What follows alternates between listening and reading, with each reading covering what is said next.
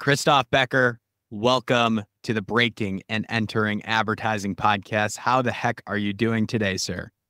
I cannot feel better than talking to you today. So thank you so much for inviting me to your show. Oh, I love to hear it. I'm excited to have you on. We are going to talk about you today, about where you work, and I think a little bit probably about both of our missions. I think there's some alignment there. Yeah. And that should serve well to our listeners, everybody listening out there that wants to break into this industry and thrive and be successful and happy. Does that sound good with you, Christoph?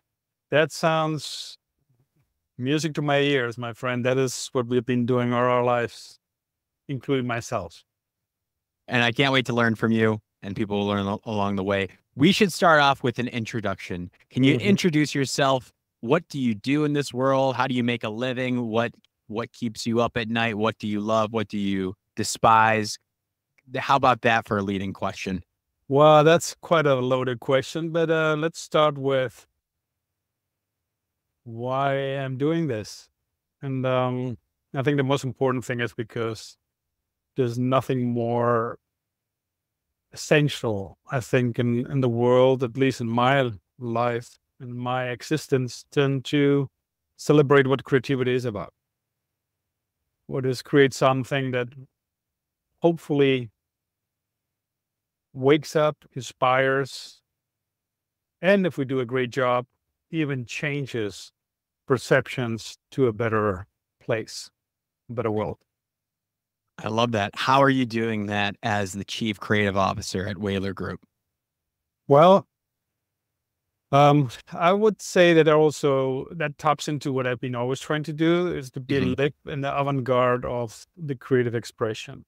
And I think what the Whalar is giving me and we're building together is basically that place that untaps the new way of celebrating what an idea, creativity, entrepreneurship, building, creating, and impacting means in our community, in our world, and what we want to do together as an entity. So I think nothing different what I've been doing all my life. The difference is that in this case, we're living at the avant-garde where this business is going. Gotcha. The business is definitely changing day by day.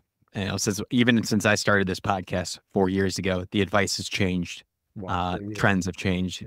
So I can imagine in a span of a career, you've seen a lot. So let's take a step back. Can you explain to us and to the listeners who might not be familiar? You know, we're talking to usually the younger audience out there, people that are trying to break in. Can you explain what Whalar Group is?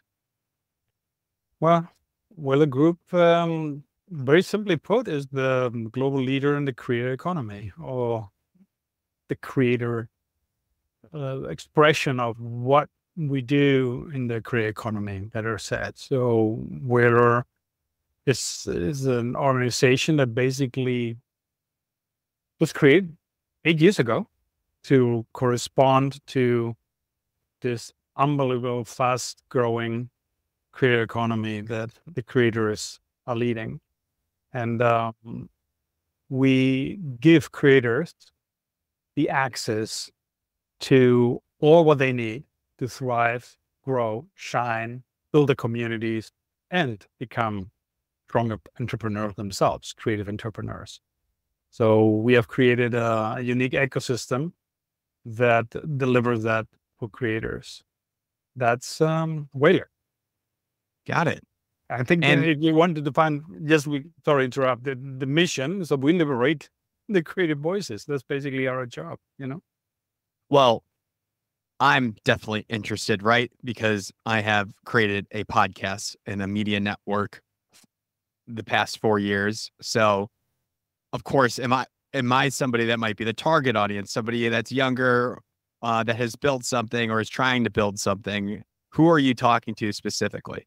Well, I tell you, you're the best example for that.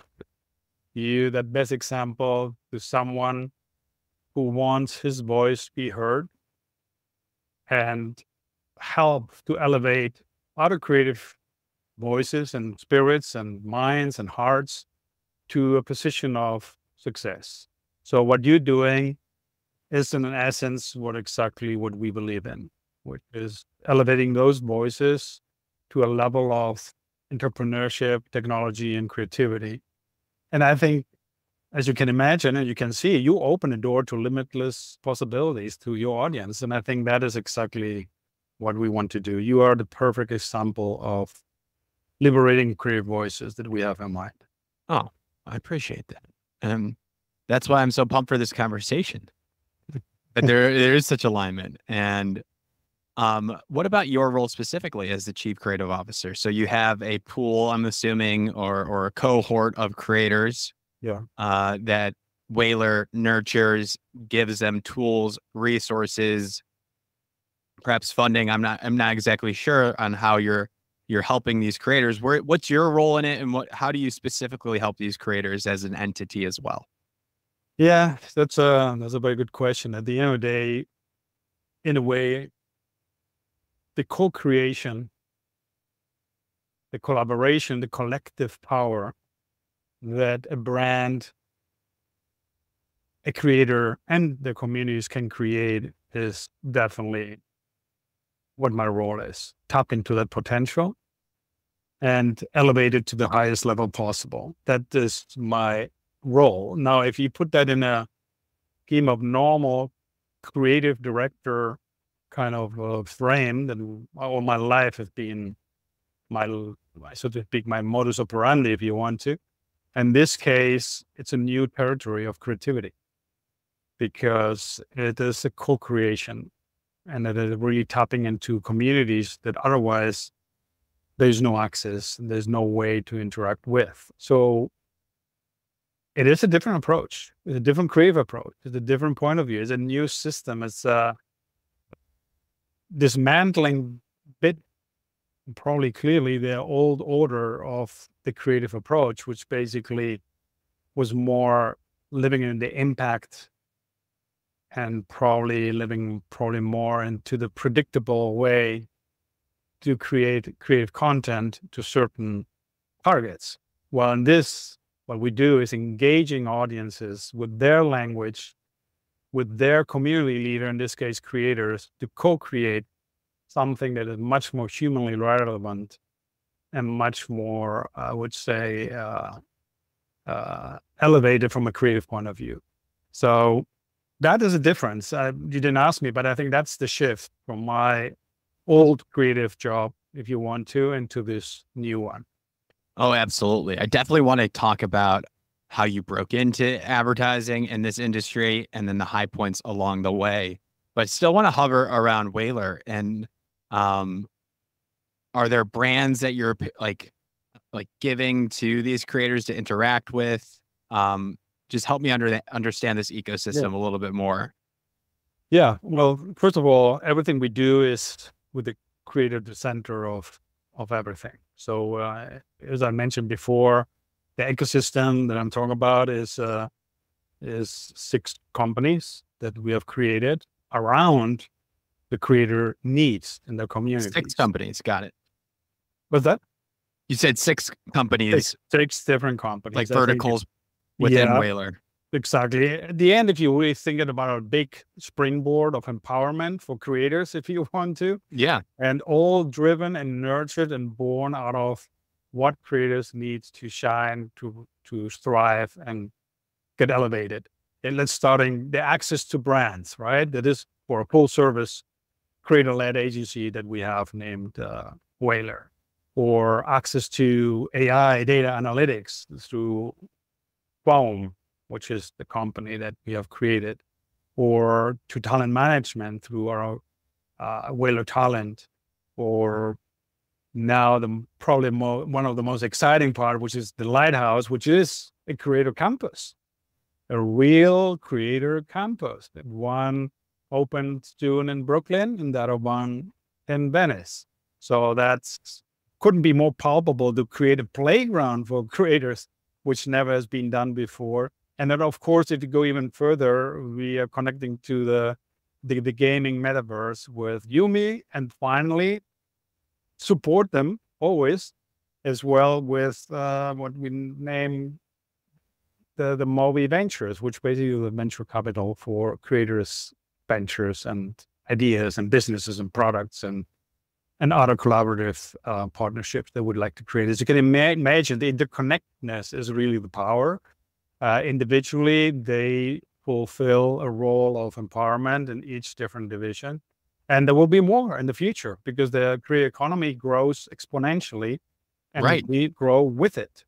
So yes, it's a pioneering move, and it's a territory that we put in front of anyone who comes to this fascinating new world. Oh, it's so fascinating. And I love it. It's creator first. And we know this sector, this industry is changing. So it seems like you guys are flexible, agile enough to put up a new pillar, a new company change. That is so important. It's that nimbleness is not seen in a lot of traditional ad agencies. So this is super I'm glad you said that. I'm so happy you say that, because if it's anything it does, it breaks down what the old system or the old world loved, which is uniformity. Right. The old world loves uniformity. And if you think about any creative minds, they actually fear freedom because they love predictability. In this case, we do the opposite. We celebrate the flag of liberation. The only way to do that is to create a flexible ecosystem around the needs. If not, you're not reflecting the life and vibrancy and value-driven communities that creators represent. You would basically put them in boxes, which is the opposite of this new era. Right. I'm interested. So I'm looking at the website now, and there's some amazing brand partners that you guys have that you work with. They're flowing on the site: Snapchat, YouTube, LinkedIn, TikTok. They're on here. I strongly suggest our listeners to check this out. I'm interested in this Lighthouse. How does this work? It's a campus, you said. You have one in Venice and one in Brooklyn. Is that correct? Getting built. As we speak. It says on the site, and it's beautifully designed. Love the branding. The Lighthouse, a first of its kind campus for creators, their teams to learn, make, and belong. Yeah, that's that is probably one of palpable center where people can finally feel and have a destination to go to. Because at the end of the day, let's face it, this is a industry, this is a platform that is quite new and quite fresh and requires stature and elevation. Having their home to bring this collective power into one place can only bring you to one place, which is completely unexpected creative outcome. And that is actually the real passion behind Whalar, which is tapping into something that is much bigger than the individual power of certain of the creators. So that's that. If you think about it, the three pillars of entrepreneurship, technology, and creativity rarely has been celebrated as one in the past. They've done movements like the Bauhaus and others. They actually tapped into that and very successfully. You're in Chicago, right? So the entire city is Bauhaus, or at least inspired in many ways. So that kind of three pillars of basically limitless possibilities is what we want to recreate and celebrate under one roof. I love it. And I'm just looking now as well. It says here 250 plus creators across verticals and platforms and categories such as lifestyle, comedy, food, crossover, artists, writers, VFX. There's a wide variety here. I love that. So what are the parameters one more time? Like what's the lens that Whalar looks for when selecting creators? Because we might have some aspiring creators or people that are doing this now. Right. They might be interested in learning more. What is that lens? What are you guys critiquing when you're making these selections of who you're letting in? I don't think we critique anything. I think we are basically creator centric. So I think it is more the other way around, honestly, because I think proud to have all these rock stars under Whalar Talent, but honestly, we work with anyone. So anyone who has a value-driven community and has that spirit of entrepreneurship and building their own communities is welcome. So I think we don't have, this is not our role to do that. I love think that. At the end of the day, the validation comes from their own professionalism that comes with it. Understood.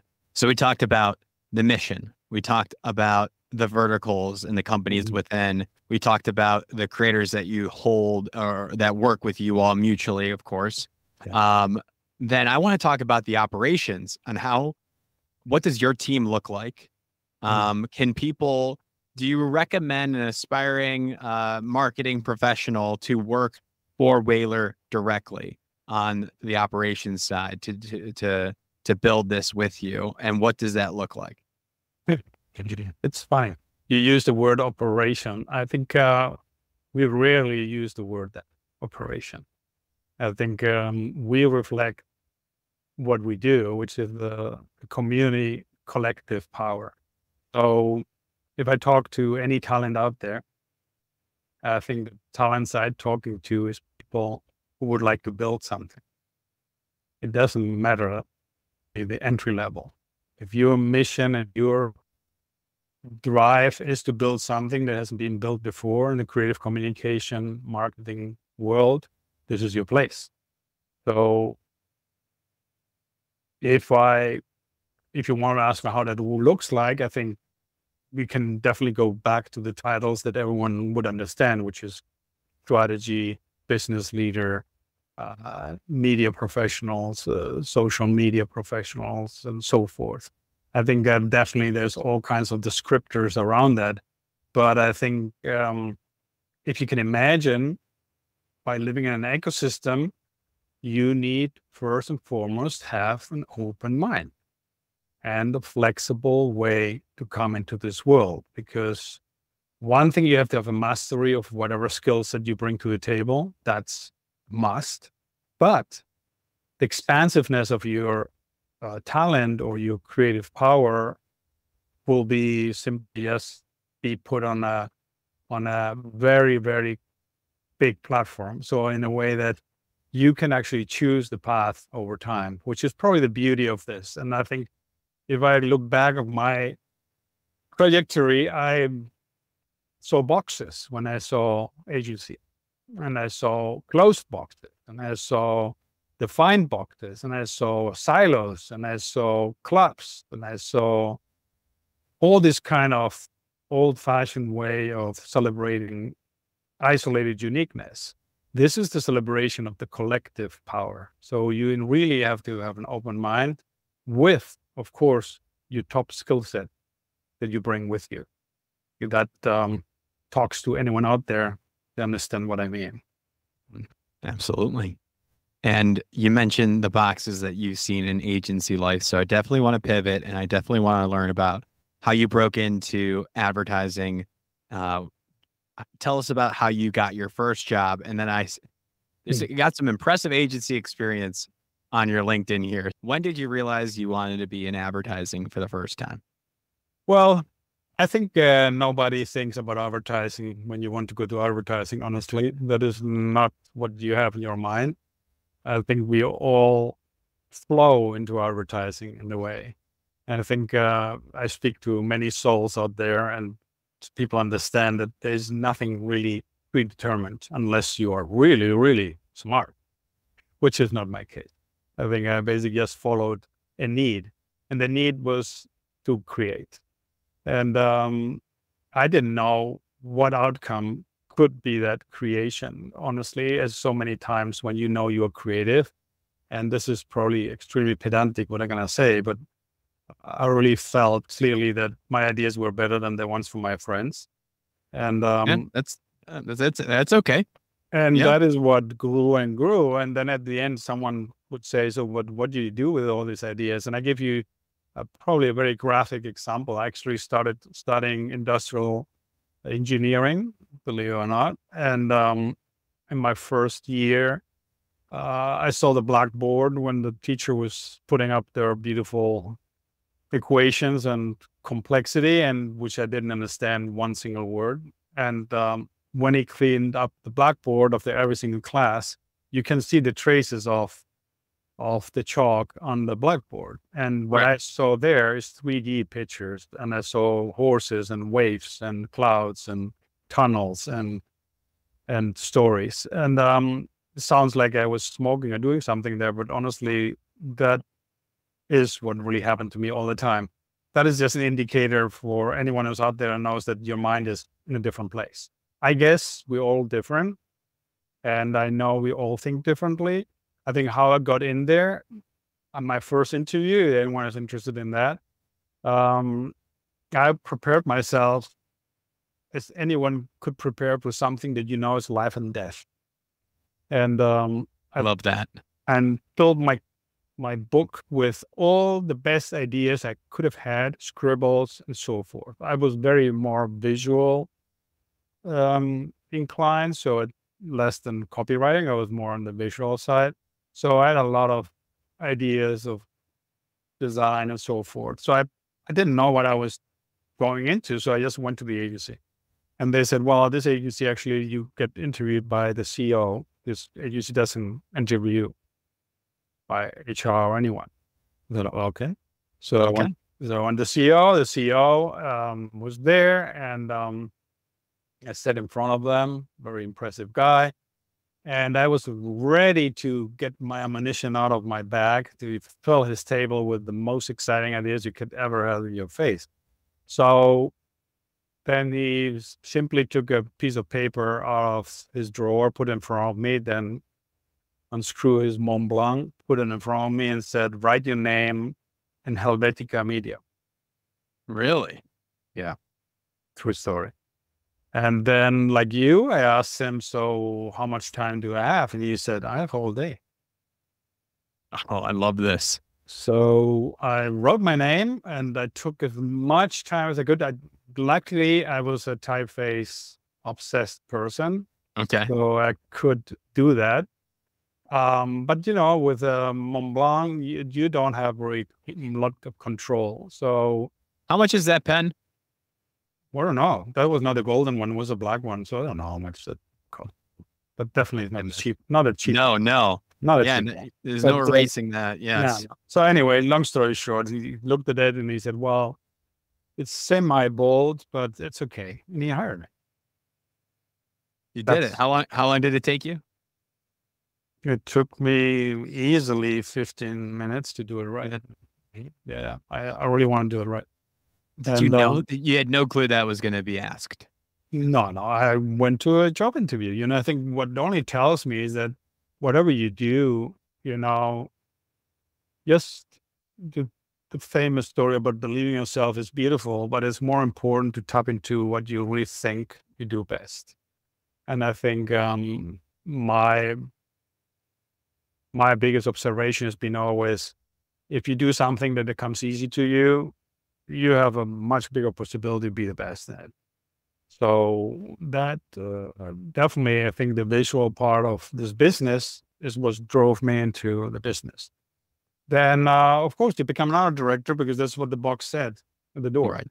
But you were a junior art director until you become an art director. So, but yeah, that was my first job. And where was that at? That was at an agency named GGK, which was a agency from Switzerland, and it was in Madrid, Spain. Got it. And you were there for a couple of years. 2 years. Yeah.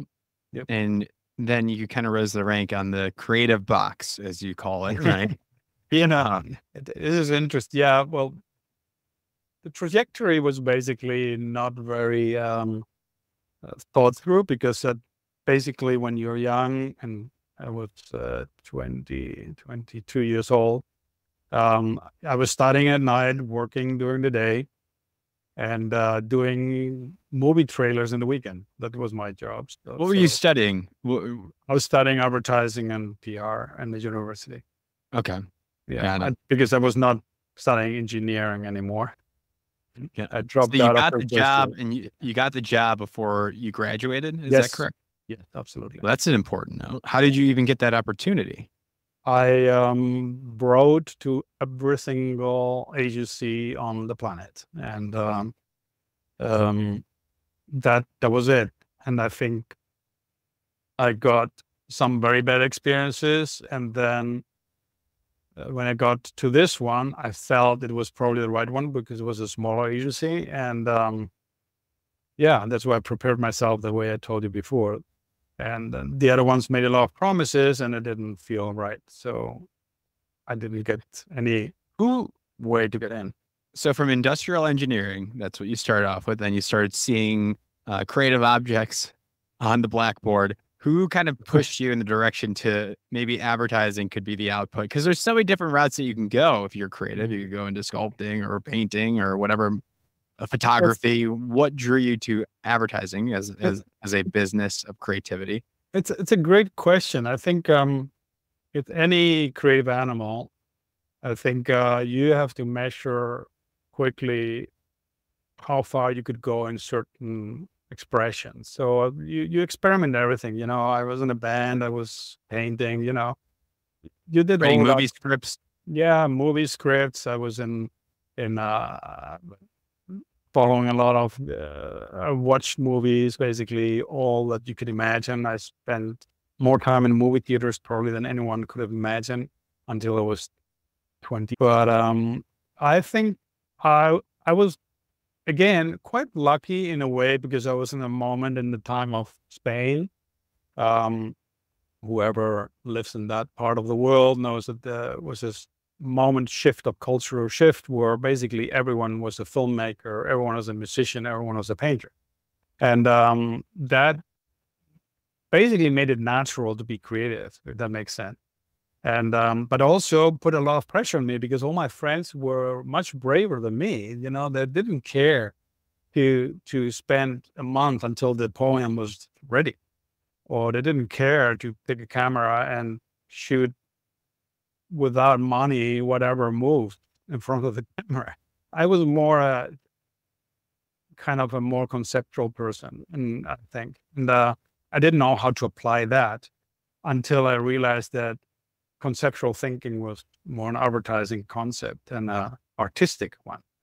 And I think the combination of concept, impact slash media, clicked in my mind and said, oh, that's where probably my storytelling could go.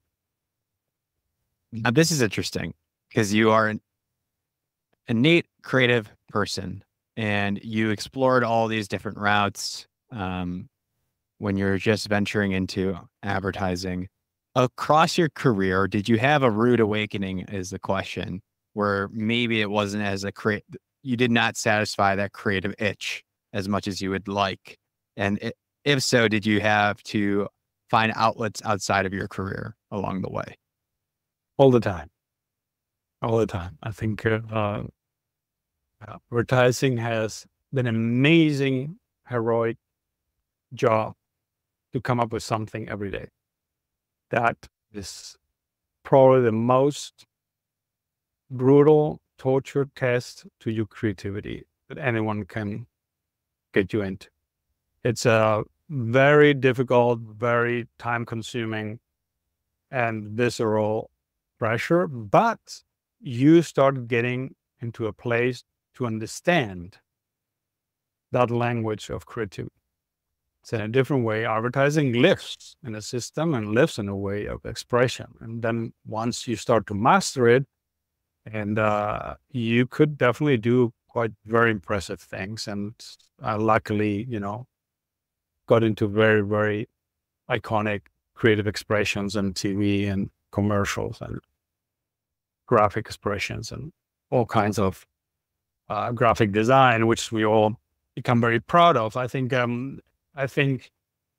I was stunned, honestly, that some of my ideas actually became so big.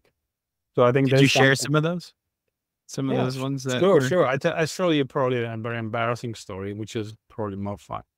I think I created, there was a new newspaper that would be launched in in Spain. And as I said, it was a very exciting time. So the president actually and founder of the newspaper came to the agency and said, I want to meet the creative team who's going to do the advertising. I said, okay. So he took me to the press room, and there were probably 500 people all doing their job. And he said, if your campaign doesn't work, all these people will get fired. So that was the brief. And, you know, also something that leads me, always hang with me, is that business challenges are more important than communication challenges. And I think there's something that a lot of my colleagues have probably forgotten. But I mean, I never did. And that's one of the reasons, actually. I also created Gyro, which was like the reinvention of B2B. But anyway, so just going back to the anecdote. So we went back and the team, we started working on it. And, you know, it was all about the name of the newspaper was El Mundo, the world. And still today exists. I told you exactly how long I've been in this business, if you think about that newspaper. But anyway. And so the idea was very simple. It was like a 3D world pushing out of newspaper. So imagine hyper great realistic photography, very minimal, just simply newspaper and a world shape pushing out from the back. So basically that was the vision. And I said, the headline was very simple: the world is coming. And of course, it made not much sense because people didn't know what the newspaper, of course, it was a teaser and all that stuff. But the beauty is that the entire country was full of that image. I couldn't believe it. You know, whoever been in this business later, when you see your little idea scribble suddenly exponentially celebrated anywhere you go, you know, no matter how little your ego is, your ego becomes as big as a stadium, of course, especially when you're young. And I literally was standing on the bus station going home, and it's standing on this huge billboard with that work up there. And I was standing in line, and I couldn't look left and right and see everyone, of course, facing the billboard. I love that. And I just turned around to one guy who was on my right side. I didn't know him at all. It was a stranger. And I said, so what do you think? And he said, think about what? I said, that, the billboard. And he said, who cares? Oh, yeah. There it is. How's the ego after that? So that tells you later on that won all the awards and the graphics and all kinds of prints and all you can imagine, and lions and whatever else, zoos are out there. But I mean, if you ask me, I think we are ideal workers, basically. And why this is such a heroic job is because you really have to have a muscle every day and professionalize creativity. That's a different way of being this business, I know, but I really tanked from that every day. And the fact that actually you survive it 20 years, let's say, or 25 years, we tell that you definitely have something in you. Now, to your other question, is there an outlet? I think all of us need that outlet because you need to nurture from real life. So I think not only to have another artistic expression that hopefully a lot of people have, I have it in music and filmmaking, but I mean, other people have it in photography or poetry or whatever it is. But more importantly, I think you need to find time to just get lost, walking through the streets and asking these people that don't care.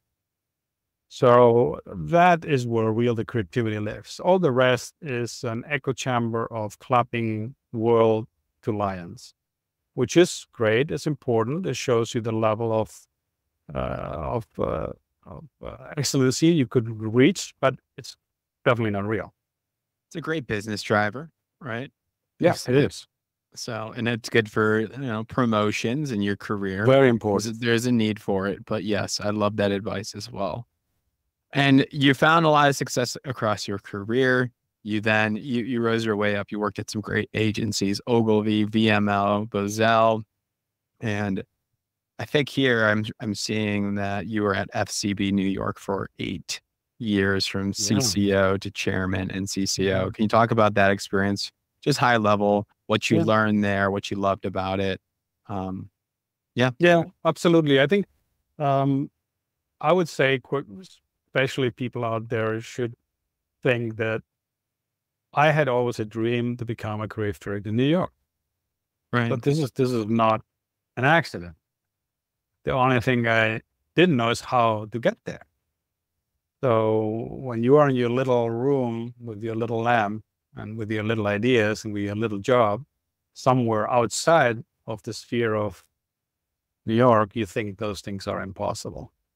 I think I'm looking back and say how that happened. And I think the interesting thing is, and probably sounds counter to the story I'm telling, but I before I went to New York, which is the more interesting part, why actually I think I could have had the endurance, if you want, to go from being a chief creative officer in one of the top agencies in the world in New York and then eventually become a chairman, is because I was a creative director for Latin America in Mexico City for 9 years.